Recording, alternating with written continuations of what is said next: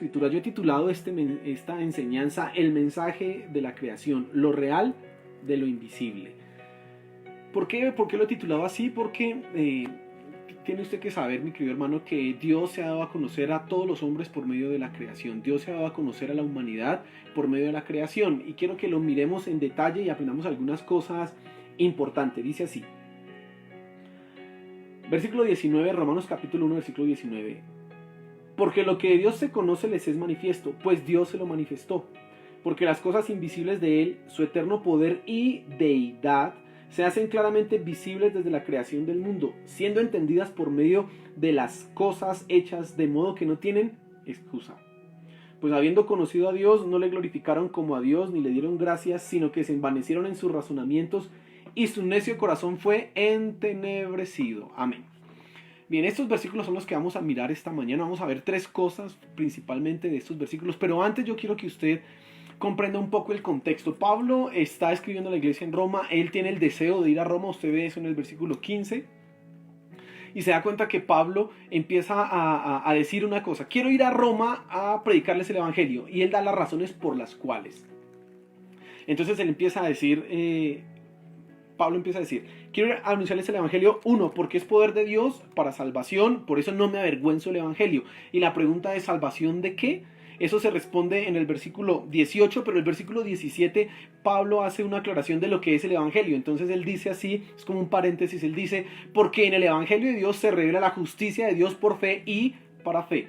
¿Qué quiere decir esto? El evangelio es poder de Dios para salvación, y esa salvación se logra por medio de la fe, y se logra por medio de la muerte de nuestro Señor Jesús en la cruz del Calvario. Se alcanzó, se hizo de esa manera. Por lo tanto, usted y yo somos justificados no por lo que hagamos, sino por lo que hizo quien, Cristo. La justicia Dios la cumplió quien, en Cristo. Y esa justicia que cumplió en Cristo, la justicia de nuestro Señor Jesús que vivió en este mundo correctamente, ahora nos pertenece a nosotros. Entonces, mi querido hermano, Pablo está hablando de eso. El evangelio es poder para salvación, el evangelio se logra por medio de fe, en el evangelio se revela la justicia de Dios, y la pregunta es, ¿salvación de qué? Mire el versículo 18 y lo leo para que tengamos claridad. Dice así: porque la ira de Dios se revela desde el cielo contra toda impiedad e injusticia de los hombres que detienen con injusticia la verdad. Y entonces aquí es muy importante esto, mi querido hermano. Mire esto. Dios está airado contra el hombre. Dios está airado contra la humanidad. Mire, hay una tendencia a creer que el Antiguo Testamento es la época o el periodo en donde se ve la ira de Dios, en donde se ve un Dios que es bravo, un Dios que es regañón, un Dios que manda a exterminar a los enemigos. Pero cuando Pablo dice esto, en el Nuevo Testamento, en nuestra época, está diciendo algo real. La ira de Dios se desciende contra los hombres desde el cielo. Mire, hermano, y esto es muy importante tenerlo presente y tenerlo claro. El pecado del hombre hace que haya ira, hace que de parte de Dios para con la humanidad solamente haya deseo de justicia, deseo de venganza por lo que han actuado mal. Eso es lo que Pablo está diciendo en el versículo 18. La ira de Dios se revela contra toda impiedad e injusticia de los hombres. Para eso es que se necesita el evangelio. Entonces podemos hacer una pequeña reflexión en este punto, una pequeña reflexión en este momento, y es que, mi querido hermano, escuchen atentamente esto. El evangelio es el único camino, el evangelio es la única solución para librarnos de la ira de Dios. Gracias a que ahora usted y yo estamos en Cristo, hemos sido escogidos por Dios para salvación. Entonces usted y yo podemos reconocer que esa ira ya no es contra nosotros. Gracias a Dios ya no es contra nosotros. Pero Dios está irado contra el hombre que no le reconoce, contra la humanidad que niega quién es Él. Ese es el contexto de los versículos, y yo quería que usted los comprendiera en este momento, porque ahora sí vamos a hablar tres cosas frente a los pasajes que leímos, tres cosas que nos hablan de la existencia de Dios y de la innegable culpabilidad del hombre. Entonces yo quiero que usted se fije primero en que Dios ha hablado a la humanidad, y mire el versículo 19. Porque lo que de Dios se conoce les es manifiesto, pues Dios se manifestó. ¿Sabe qué es lo primero que Dios ha hablado a la humanidad. Dios ha hablado a los hombres. Y Dios ha hablado de dos maneras. Es posible conocer a Dios de dos maneras. Escúcheme atentamente a esto. Primero, Dios ha hablado por medio de sus obras, por medio de lo que Él ha hecho. Eso es lo que se conoce con el nombre de revelación general. Entonces, Dios ha hablado por medio de la creación, por medio de la naturaleza, pero también Dios ha hablado por medio de lo que Él ha dicho, por medio de su palabra. La Biblia, la que usted y yo estudiamos, es una revelación, un tipo de revelación de Dios, pero es conocido como una revelación especial. La revelación general es la que todos los hombres pueden conocer, y por eso la palabra general es muy bien aplicada en este contexto, porque es general para todo el mundo. Nadie puede negar que haya escuchado o visto o dejado de conocer ese mensaje, la revelación general. Pero también es general, y esto es importante comprenderlo, porque nos permite conocer que Dios existe, pero no nos permite conocer cómo es Dios, qué quiere Dios. No nos permite conocer las cosas particulares y específicas de Dios. La revelación general, por ejemplo, no nos habla de cómo podemos ser salvos, pero la revelación general sí nos habla de que hay un Dios. Cuando usted y yo leíamos en el versículo 18 que Dios está airado contra el ser humano, contra el hombre, y por eso desde el cielo desciende su ira, dice, porque detienen con injusticia la verdad que ellos están deteniendo, la verdad que el hombre no quiere reconocer, la primer verdad que el hombre está negando, y esto es muy importante tenerlo presente, es que Dios existe. Dios ha hablado a la humanidad. ¿Cómo? La naturaleza. Mire la naturaleza, mire los cielos. Hoy día nosotros podemos tener un conocimiento mucho más preciso de lo que es el universo, las galaxias y todas esas cosas que antes no se podían ver. Aún así, el mundo que conocemos, hoy usted puede ahorita colocar, si quiere más tarde en YouTube, un documental de esos de National Geographic o Discovery Channel, y colocar ahí el mundo. En Netflix hay unos muy bonitos, unos que hablan de la Tierra, unos que hablan de la Tierra de noche. Usted puede mirar esto y comprobar qué cosa tan hermosa, y darse cuenta que Dios sí ha hablado a la humanidad, que Dios no se ha dejado sin testimonio, que Dios se ha manifestado al hombre. Eso lo que nos hace entender es que no hay manera de negar que Dios existe. Sí, que no nos permite saber cómo es Dios, qué quiere Dios, qué ha pedido al hombre, eso no nos lo permite saber, pero sí nos permite comprender que Dios existe. Y eso es lo que el hombre ha detenido. Esa es la verdad que el hombre ha negado. Que viendo la creación, que viendo el sol, la luna, las estrellas, que viendo las galaxias, que viendo los animales, las plantas, el mar, lo profundo del mar, todos los paisajes tan hermosos que usted puede conocer, ha negado que Dios existe. Y Dios está airado contra eso. Entonces, la creación, mi querido hermano, es un testimonio de que existe Dios.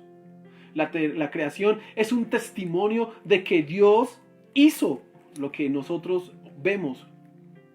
El ser humano es un testimonio. Nosotros, como creación de Dios, somos un testimonio de que Dios existe. Pero yo quiero que usted se fije, en segundo lugar, en lo real de lo invisible. Mire el versículo 20.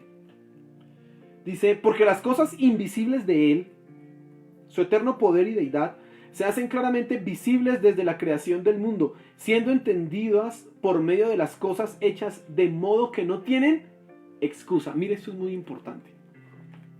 Las cosas invisibles de Dios. Lo invisible es real. Lo invisible que no se ve de Dios se hace real. Es algo concreto, algo que existe. No lo podemos ver, pero sí sabemos que existe. Ahora, ¿qué nosotros podemos conocer de Dios? Este versículo nos dice algunas cosas importantes. Mire, porque las cosas invisibles de Él, y dice su eterno poder y su deidad, se hacen claramente visibles desde la creación del mundo. Entonces, lo que podemos conocer desde la creación del mundo son dos cosas principalmente: la deidad de Dios y su eterno poder. Escuche esto. Lo que usted puede conocer de Dios por medio de la creación es que Dios es inmensamente poderoso y que es eterno. Que Dios es un Dios Es una deidad, que bueno, ahorita voy a profundizar un poco en ese concepto, pero escuche en esto que le estoy queriendo decir. Podemos conocer dos cosas con respecto a Dios: su eternidad, su eterno poder y su divinidad. Y mire, como le dije hace un momento, quiero profundizar en esto. Y es importante entender que cuando nosotros hablamos de la eternidad de Dios, estamos entendiendo que solamente un ser eterno podría crear algo que no fuera eterno. Y entonces aquí quiero entrar en algunas explicaciones sobre las cuales vamos a profundizar en estos días, en esta semana. Y es, mi querido hermano, escuche, mire. El mundo tuvo un principio. Génesis capítulo 1 dice: en el principio creó Dios los cielos y la tierra. Pero no solamente la Biblia lo dice, ahora la ciencia también corrobora esto. Ahora ellos tienen una explicación y es su teoría del Big Bang y todavía no saben explicar cómo se dio eso. Ahí usted encontrará muchas maneras de sus explicaciones, pero todos llegamos al mismo punto. El universo, la materia, lo que existe, la tierra, tuvo un comienzo. Bien. Para que lo que existe tenga un comienzo, tuvo que haber sido creado o causado por otro ser. Y lo que causó eso tenía que ser totalmente diferente a lo que hizo. Una persona que tiene un principio, digamos, si Dios tuviera principio, pues entonces teníamos que preguntarnos quién creó a Dios. Y ese que creó a Dios entonces sería el verdadero Dios. Porque lo hizo al Dios que nosotros creemos. Entonces, que exista el universo, que exista la tierra, que existamos nosotros, es un mensaje de que hay un Dios eterno.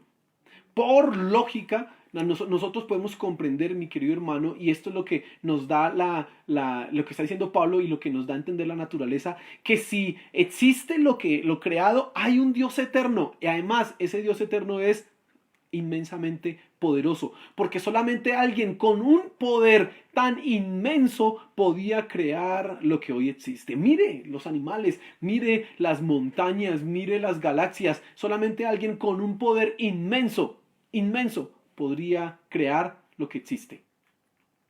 Entonces, la primera conclusión a la que llegamos, que nosotros podemos conocer frente a Dios, mi querido hermano, es que Él es eterno y que además es inmensamente poderoso. Inmensamente poderoso.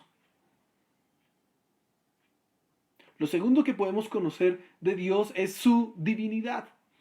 Ahora, escuche esto: solamente un ser inmensamente poderoso, y precisamente eso es lo que nosotros llamamos Dios, podría ser eterno y crear lo que existe, y esto es muy importante, de la nada. La Biblia declara que Dios hizo, y eso está ya demostrado en Génesis capítulo 1, que Dios hizo el mundo de la nada. Que lo que existe fue hecho de la nada. Un ser inmensamente poderoso solamente podía hacer eso. Y a eso nosotros llamamos Dios. Llamamos Dios a alguien, a un ser que pueda crear de la nada con inmensa capacidad, habilidad, sabiduría, crear lo que existe. Dios. A eso es que nosotros llamamos Dios. A eso es lo que nosotros llamamos Dios. La naturaleza nos permite comprender estas dos cosas. Y mire, hermano, como nosotros estamos hablando de defender la fe, este es un argumento fundamental, principal. El universo existe. ¿Qué creó el universo? La gente dice que no, que porque sí, que se dio, que etcétera, etcétera, etcétera. No da una explicación lógica. Nosotros tenemos la verdadera respuesta a eso. ¿Cuál es la verdadera respuesta? Dios. Un ser todopoderoso, un ser omnipotente, un ser sabio. Dios fue el que hizo lo que nosotros vemos hoy. Ese es un argumento que demuestra la existencia ¿de quién? De nuestro Dios, mi querido hermano. Ese es un argumento que demuestra que nuestro Señor existe. Y usted tiene que comprender que Pablo está diciendo: nadie puede negar la existencia de Dios porque lo han visto. ¿Dónde lo han visto? En la naturaleza. Esto es importante que nosotros lo comprendamos, mi querido hermano. Ahora, ¿cómo lo podemos conocer? El versículo 20 dice ahí: porque las cosas invisibles de Él, su eterno poder y deidad, se hacen claramente visibles desde la creación del mundo. Y escuche esto: siendo entendidas por medio de las cosas hechas. Se necesita una reflexión acerca de la creación para llegar a la conclusión de que existe un ser superior que hizo esto que vemos. Dios nos ha dado un cerebro, Dios nos ha dado una capacidad intelectual, ¿sí? Tenemos la posibilidad de pensar, de reflexionar, y cuando se reflexiona en la naturaleza, lógicamente, escúcheme, se llega a la conclusión de que existe Dios. Lógicamente se llega a esa conclusión. Ahora, ¿por qué el hombre no lo reconoce? Eso es un tema que no vamos a profundizar en eso. Simplemente voy a mencionar que el mismo pecado del hombre, su injusticia, es la que lo lleva a negar una verdad evidente, una verdad para todos conocida. Eso es lo que lo lleva a negarlo, su pecado, su propia corrupción. Ahora, mira, hay algo importante en ese versículo que quiero señalar. Dice, siendo entendidas por medio de las cosas hechas. Algo que Pablo señala aquí es que la creación es hecha, y Pablo utiliza una palabra, un verbo en el idioma original, y es ese verbo que habla de las cosas que son hechas a mano. Claro, nosotros sabemos que la Biblia dice que Dios dijo y se hizo, que Dios dijo y se hizo, pero Pablo está enfocando sobre todo en esto principalmente. La naturaleza es producto de la creación de alguien. Es algo hecho. No surgió porque sí. Eso es lo que Pablo está tratando de reforzar aquí. Y eso es un punto en el cual nosotros tenemos que pararnos firmemente. La creación no surgió porque sí. La creación es evidente que es hecha por alguien. El mundo tiene una organización. El mundo tiene unas maneras de darse. O sea, estaciones, los días, cómo los planetas giran alrededor, cómo las galaxias, cómo todo, parece que todo tiene un sentido, que todo tiene una funcionalidad. Cuando los expertos que hablan de los ecosistemas están claros, y usted que ahorita hablamos ahorita hablamos mucho de esto que se llama el cambio climático, están conscientes, y ya lo han dicho, no lo han dicho, que cuando una especie desaparece de un ecosistema, todo el ecosistema se resiente, todo el ecosistema sufre un daño. ¿Por qué? Porque todos son necesarios. ¿Cómo es que surge esto de la casualidad? No, hay un ser que hizo todas estas cosas. Dios hizo todo esto. Ese es el argumento que nosotros damos en primer lugar para comprobar y demostrar la existencia de Dios. Lo que existe demuestra que Dios existe. Si esto que fue creado existe, es porque un ser todopoderoso, eterno y sabio hizo lo que existe. Ahora, yo quiero que reflexionemos un poco en esto, porque esto no es una clase, esto es una predicación. Claro, usted está aprendiendo cómo defender su fe y estaba pensando un poco en que, ya sé cómo defender. Si la creación existe es porque alguien lo hizo, y eso alguien que lo hizo es Dios. Pero quiero que llevarlo a pensar en el problema que nosotros tenemos, y yo lo he escrito esto aquí, el problema de la fe. ¿Y sabe cuál es el problema de la fe? Creer que la fe no tiene nada que ver con la lógica o con las evidencias. El nombre técnico de eso es fideísmo. ¿Sabe cómo dice una persona que cree en la fe a ciegas? No necesito ninguna prueba para creer en lo que creo. Esa es una posición irracional, esa es una posición ilógica, y es una posición que muchos cristianos han caído a lo largo de estos últimos años, y no sé hace cuánto tiempo, por los ataques que la filosofía y que la ciencia ha dado a la iglesia, ha dado a la religión. Entonces mucha gente, para protegerse a sí misma, ha dicho: no necesito ninguna prueba, no necesito saber si es lógico o es ilógico, yo creo en Dios. Ahora, nosotros como creyentes necesitamos pasar a un nivel más, porque la Biblia, Pablo nos lo está diciendo, la Biblia nos enseña que esto tiene una prueba, que es evidente, que esto tiene unas evidencias que hacen que lo que nosotros creamos sea verdadero, sea real. No podemos ser personas que, y escúchenme usted, no puede ser una persona que cree en Dios, pero no tiene ningún argumento lógico. Y si alguien le pregunta, pues yo no sé, yo no entiendo eso, pero yo creo en Dios y punto. Eso es una posición ilógica. Y por eso quizás muchos de los que no creen en Dios nos han tildado a nosotros de irracionales, de ilógicos. Claro que sí. Pues no damos ninguna razón, no damos ningún argumento lógico. No podemos demostrar lo que creemos con palabras, no podemos hablar de Dios sin necesidad de recurrir a una llamada fe, y la coloco entre comillas porque esa no es una verdadera fe. La verdadera fe es esa que cree en Dios, pero que puede demostrar por la lógica, por la razón y aún por la ciencia que Dios existe. Así que, hermano, en este momento yo tengo que hacerle un llamado a usted a que crea en lo que dice la palabra de Dios, pero que lo crea no porque lo creo y no me interesa saber si es lógico o no es lógico, si hay pruebas o no hay pruebas. No, hay pruebas, hay evidencias que demuestran. Y mire lo que dice Hebreos capítulo 11, son citas y ejemplos que le voy a dar al respecto. Dice Hebreos 11, dice: por la fe entendemos haber sido constituido el universo por la palabra de Dios, de modo que lo que se ve fue hecho de lo que no se veía.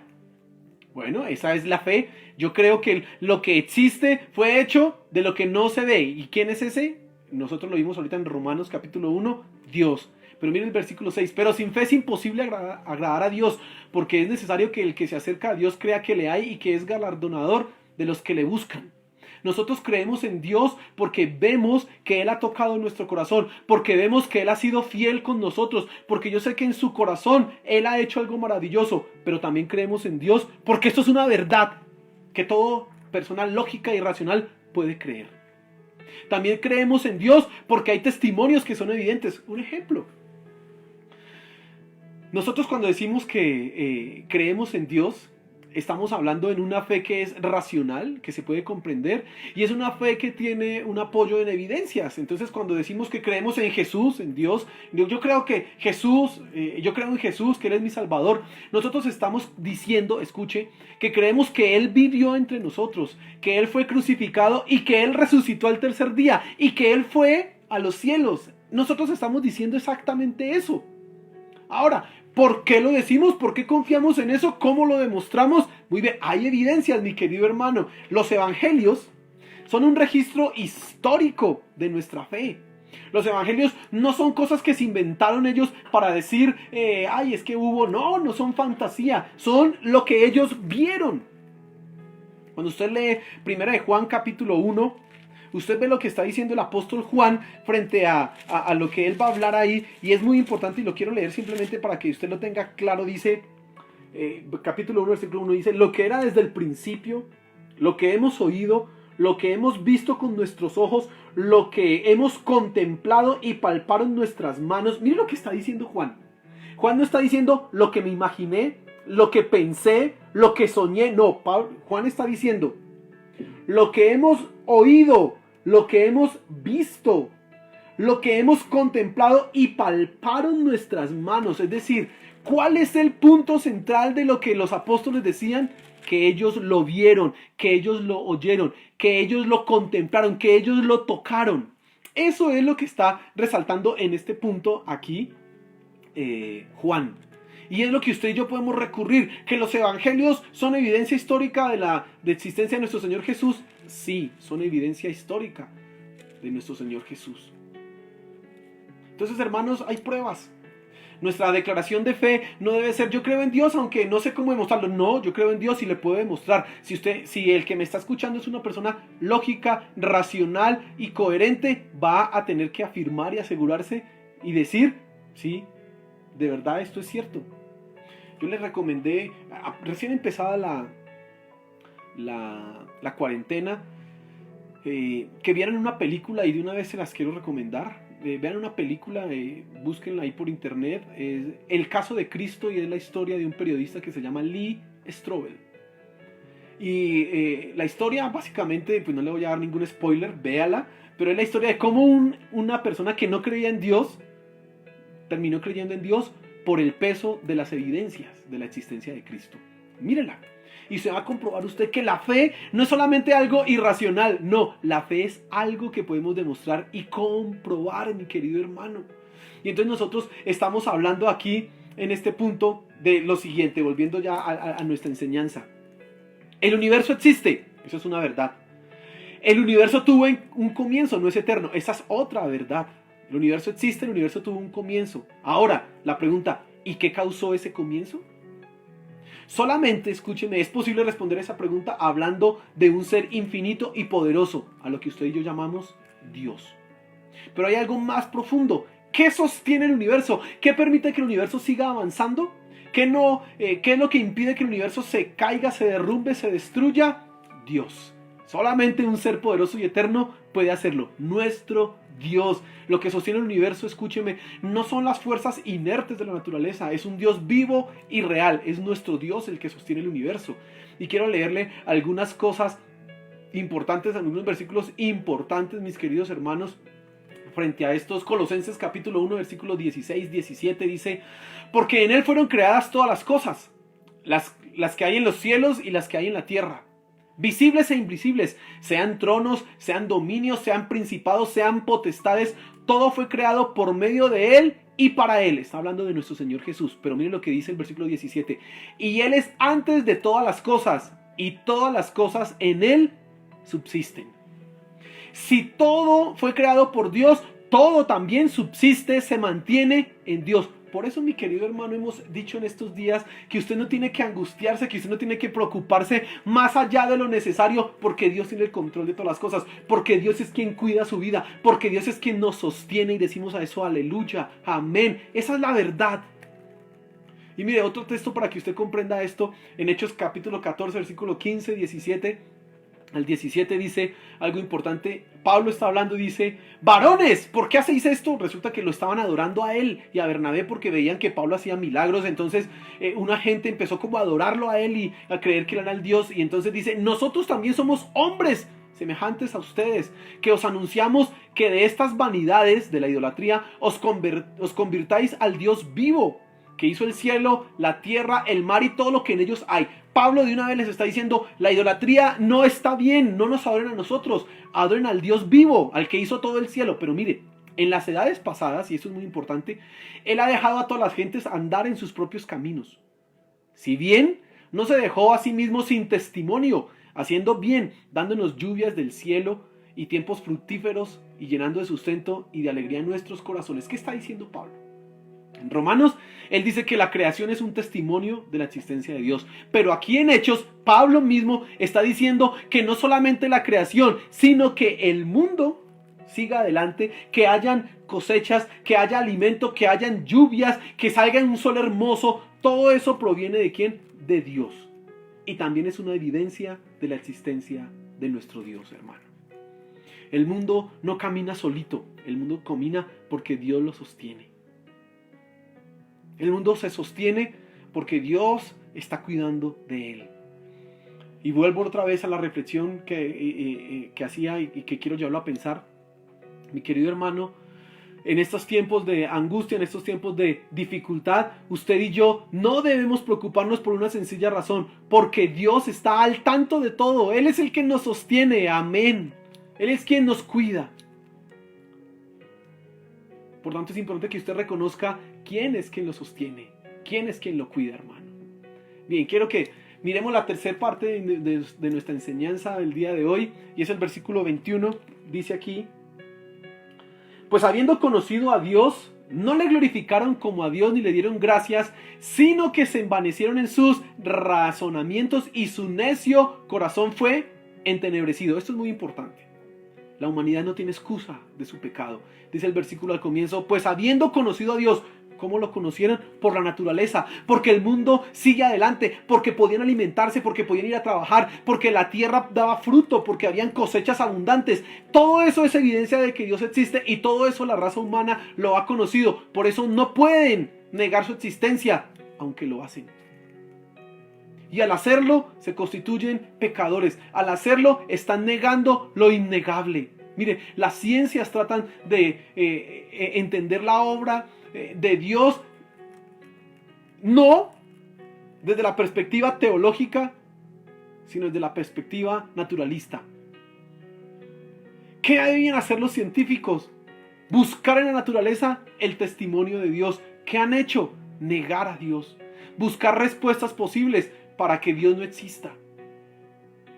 El hombre, entre más sabio a través de las ciencias, porque no podemos negar que las ciencias sí le han dado conocimiento al hombre, se ha hecho más ignorante, negando la primera y principal verdad de todas: que Dios existe. Hermano, El hombre no puede negar la existencia de Dios, y si lo niega está siendo irracional. A nosotros nos tildan de irracionales porque creemos en la fe, nos dicen fanáticos. Bien, ellos son los irracionales porque están negando algo que es lógico, algo que es verdadero. Y dice la parte final del versículo: no le glorificaron como a Dios ni le dieron gracias, sino que se envanecieron en sus razonamientos y su necio corazón fue entenebrecido. Todo aquel que niegue que Dios existe está siendo necio. Su corazón está en tinieblas, en oscuridad. Cuando contemplamos la naturaleza, cuando usted recibe su salario, cuando usted puede comerse una fruta, uno de esos mangos dulces, bueno, el que le guste, usted simplemente tiene que alabar a Dios y decir: gracias, tú existes. Por eso está esto, por eso puedo disfrutar esto. Pero el hombre no ha hecho esto. El hombre no ha reconocido a Dios. Dios ha hablado a la humanidad, Dios ha hablado al hombre a través de la creación. El hombre no lo puede negar, aunque lo ha hecho, y al hacerlo se ha constituido en enemigo de Dios y se ha hecho ignorante, completamente ignorante. Ahí tiene usted, hermano, un argumento para defender la fe. El primero se llama el argumento cosmológico. Todo efecto tiene una causa. El mundo es un efecto. Sí, tuvo un principio. ¿Y qué fue lo que lo causó? Dios. Dios. La Biblia lo declara. Y eso lo creemos nosotros. Pero quiero que piense algunas cosas importantes, mi querido hermano. Ahora, como cristianos, ¿usted da la impresión de que la fe es irracional? ¿Usted da la impresión de que lo que cree no tiene sentido? Es decir, usted en su ambiente, su círculo, no es capaz de argumentar y de razonar frente a la existencia de Dios. ¿Se queda callado en silencio? Cuando escucha los argumentos de la ciencia que hablan de la evolución y del Big Bang y que no se necesita de un Dios y de fuerzas de la naturaleza y todo eso, ¿usted siente miedo en su corazón? ¿Da la impresión de que eso como que sí es verdad? Hermano, fortalézcase. No es así. Arrepiéntase. Eso no es así. Ahora, otra pregunta. ¿Usted cree que Dios es quien sostiene el universo? ¿Usted cree que Dios es quien sostiene todo? Y si es así, ¿por qué permite entonces que la angustia y la preocupación lo dominen y lo controlen de una manera desmedida? No. El cristiano está en paz porque sabe que Dios está bajo control. Que Dios tiene todo bajo su poder, bajo su dominio.